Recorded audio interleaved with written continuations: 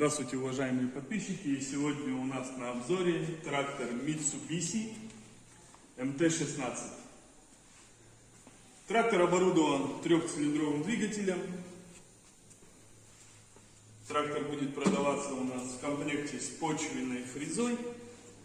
Почвенная фреза у нас на двухточке, совершенно обычная.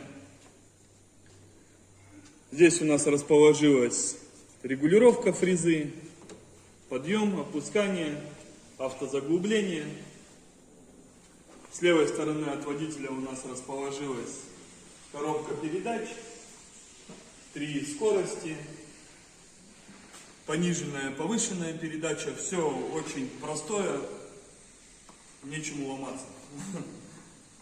Также трактор оборудован рычагом скоростью отбора вала, регулировкой, блокировкой заднего моста редуктора.